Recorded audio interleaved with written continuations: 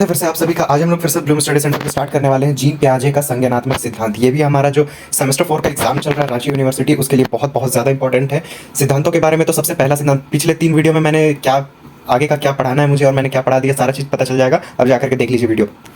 तो जल्दी से जल्दी हम लोग स्टार्ट करते हैं। एग्जाम सामने आ चुका है, जल्दी जल्दी आप लोग कमेंट करते जाइए ताकि हम आगे का वीडियोस बनाते जाए। है हमारा जीन पियाजे का संज्ञानात्मक सिद्धांत। आखिर ये है क्या भाई? तो ये BEd, CTET, FY, UGP, UG, MA सबके लिए इंपॉर्टेंट है, जिसमें जिसमें इसका सिलेबस है। परिचय सबसे पहले देखते हैं। परिचय।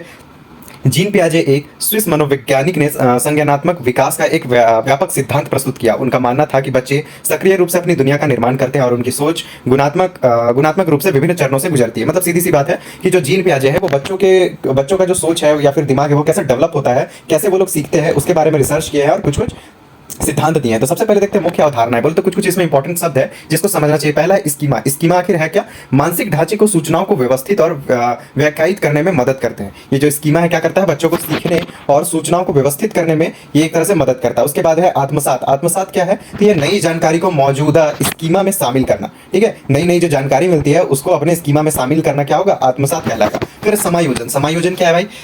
तो नई जानकारी के अनुसार मौजूद स्कीमा को बदलना, एक नया स्कीमा बनता है। मतलब पहले कोई बच्चा है उसको हम पहले से कुछ सिखा के रखे हैं कि देखो एक जिसका 4 पैर है उसे हम गाय कहते हैं, तो वो कुत्ता को भी देखेगा तो क्या कहेगा? गाय कहेगा। लेकिन वो बच्चा को जब हम सिखा देंगे कि नहीं ये 4 पैर है लेकिन ये कुत्ता हुआ, ये 4 पैर है लेकिन ये बिल्ली हुआ, तो वो पुराना ज्ञान भी उसके पास, नया ज्ञान भी है। तो समायोजन क्या कहलाएगा? जब बच्चा पुराना वाला ज्ञान को सही जगह पे बैठाता है और फिर दूसरा ज्ञान को लेता है उसी तरह का, लेकिन उसको सही तरीके से समझता है, तो वो नई जानकारी के अनुसार मौजूदा स्कीमा को बदलना नया स्कीमा बनता है। ठीक है, जिसे समायोजन कहते हैं। मतलब पुराना जो बच्चा जानता था 4 पैर मतलब गाय ही होता है, लेकिन अब क्या समझ गया? कुत्ता। यही है समायोजन। फिर है समीकरण।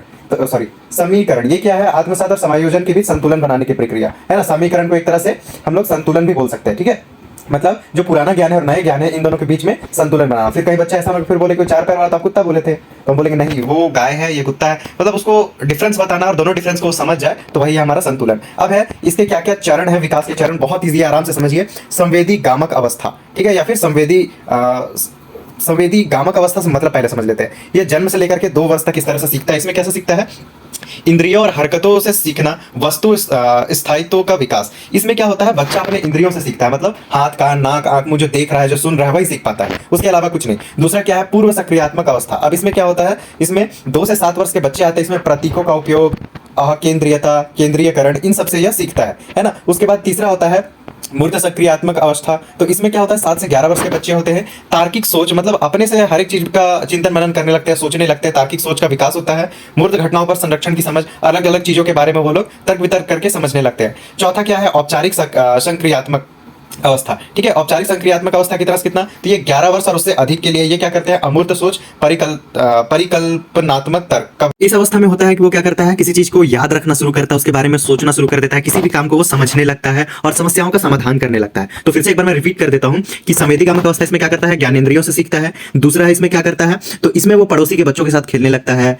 इस टाइम पे वो सजीव निर्जीव में अंतर नहीं कर पाता है ना। लेकिन ये क्या करता है? एक तरह से किसी भी चीज को दोहराने का कोशिश करता है ना। और तीसरा है मूर्त सक्रियात्मक। इसमें क्या होता है? ये तार्किक सोच, बोले तो किसी भी चीज को समझने लगता है, निर्जीव सजीव में पहचान करने पाता है। जैसे हम बच्चों को सिखाते हैं कि देखो तुमको गिरा दिया तो हम जमीन पे मार दिया, वो रोने लगा। बच्चा सजीव निर्जीव नहीं समझ पाता, तो इस कंडीशन में वो नहीं समझता है। लेकिन इस कंडीशन में आते आते क्या करता है? वो समझने लगता है। किसमें? मूर्त सक्रियात्मक अवस्था में आने के बाद वो क्या करता है? समझने लगता है इन सबको। फिर चौथा क्या है? इसमें क्या होता है? स्मरण करने लगता है, याद करने लगता है, कार्य को समझता है और समस्या का समाधान करने लगता है। तो ये हो गया आपका इंपॉर्टेंट टॉपिक, जीन पियाजे का संज्ञानात्मक सिद्धांत। जल्दी से कमेंट करिए। मैं इसका दूसरा टॉपिक है एरिक एरिक्सन का मनोसामाजिक सिद्धांत, इसके बारे में बताऊंगा।